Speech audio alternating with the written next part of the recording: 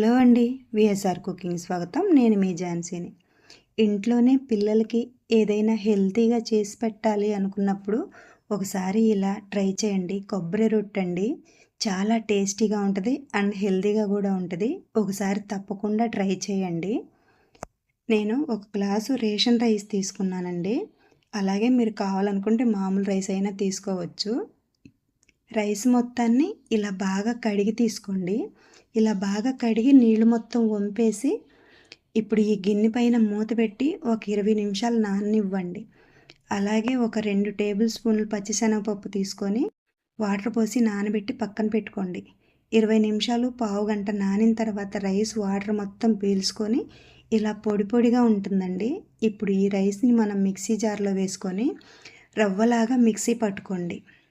మెత్తగా పిండిలా కాకుండా ఇలా నేను చూపిస్తున్న విధంగా రవ్వలాగా మిక్సీ పట్టుకోండి.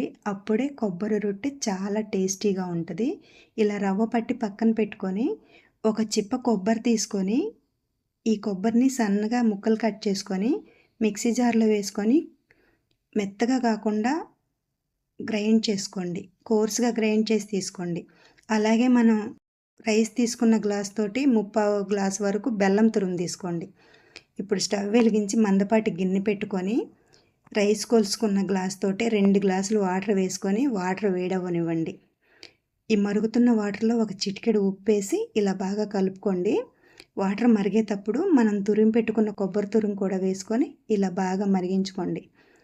ఇప్పుడు ఈ మరుగుతున్న వాటర్లోకి మనం తీసుకున్న బెల్లం కూడా యాడ్ చేసుకొని ఇలా కలుపుకుంటూ మరిగించుకోండి. బెల్లం మొత్తం కరిగిన తర్వాత మనం మిక్సీ పట్టి పెట్టుకున్న రవ్వను కూడా కొంచెం కొంచెం యాడ్ చేసుకుంటూ ఉండలు లేకుండా ఇలా బాగా కలుపుకోండి. ఇలా మొత్తం రవ్వ వేసుకుంటూ ఉండలు లేకుండా కలుపుకుంటూ ఉడికించుకోండి. ఇలా దగ్గరికి అయిన తర్వాత ఒక చిటికెడు యాలకుల పొడి అలాగే మనం నానబెట్టి పెట్టుకున్న పచ్చిశనగపప్పు కూడా యాడ్ చేసుకొని ఇలా బాగా కలుపుకుంటూ ఉడికించుకోండి. ఇప్పుడు స్టవ్ సిమ్లో పెట్టేసి మూత పెట్టి 2 నిమిషాలు ఉడికించుకోండి మిశ్రమాన్ని. 2 నిమిషాల తర్వాత మూత తీసి కలుపుకుంటూ ఇలా ఉడికించుకోండి. ఈ మిశ్రమం మొత్తం దగ్గరగా ఉడికి బాండి వదిలేస్తున్నప్పుడు స్టవ్ ఆఫ్ చేసేసి దించేసేయండి. దించి పక్కన పెట్టుకొని ఇప్పుడు ఫ్రై ప్యాన్ తీసుకొని ప్యాన్లోకి కొంచెం నెయ్యి వేసుకొని నెయ్యి మొత్తం ఇలా ప్యాన్ మొత్తం సర్దిన తర్వాత ఒక 2 గంటల వరకు మనం ఉడికించుకున్న మిశ్రమాన్ని వేసుకొని చేతికి నెయ్యి రాసుకొని ఇలా ప్యాన్ మొత్తం ఈవెన్గా స్ప్రెడ్ చేయండి ఈ మిశ్రమాన్ని. ఇలా స్ప్రెడ్ చేసిన తర్వాత స్టవ్ వెలిగించి ప్యాన్ స్టవ్ పైన పెట్టుకొని సిమ్లో పెట్టి మూత పెట్టి ఒక 5 మినిట్స్ ఉడికించండి. 5 మినిట్స్ తర్వాత ఒకసారి మూత తీసి చెక్ చేయండి. మెత్తగా ఉంటే మూత పెట్టేసి ఇంకో 2 నిమిషాల వరకు ఉడికించండి. 2 నిమిషాల తర్వాత మూత తీసి మీరు అట్లకాడతో దీన్ని ఇలా టర్న్ చేయండి.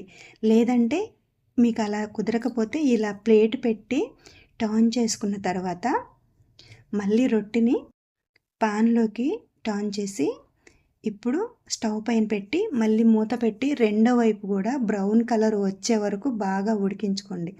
ఇలా 2 వైపులా బ్రౌన్ కలర్ వచ్చే వరకు ఉడికించుకొని తీసుకోవటమేనండి. చాలా టేస్టీగా ఉంటుంది రొట్టె నెయ్యి ఫ్లేవర్ తోటి.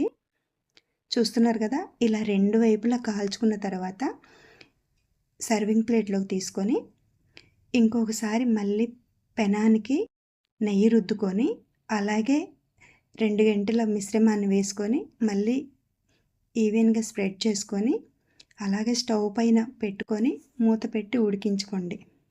ఇలాగే మనకి ఎన్ని రొట్టెలు అయితే అన్ని రొట్టెలు ఇలాగే సేమ్ ప్రాసెస్లో ఉడికించుకోవాలండి. చూస్తున్నారు కదా, ఇలా 2 వైపులా బ్రౌన్ కలర్ వచ్చే వరకు వేయించుకున్న తర్వాత మళ్ళీ టర్న్ చేసుకొని మళ్ళీ స్టవ్ పైన పెట్టుకోవటమే. కొంచెం బాగా కాలితేనే క్రిస్పీగా చాలా టేస్టీగా ఉంటుందండి. మరీ మెత్తగా ఉంటే కూడా అంత టేస్ట్ ఉండదు. ఇలా బాగా కాల్చుకోండి. చూస్తున్నారు కదా, ఈ రెసిపీ కనుక మీకు నచ్చితే నా ఛానల్ని సబ్స్క్రైబ్ చేసుకోండి. అలాగే లైక్ చేయండి. మీ ఫ్రెండ్స్కి ఫ్యామిలీకి ఈ రెసిపీని షేర్ చేయండి. ఈ రెసిపీపై మీ ఒపీనియన్ని కామెంట్ సెక్షన్లో కామెంట్ చేయండి.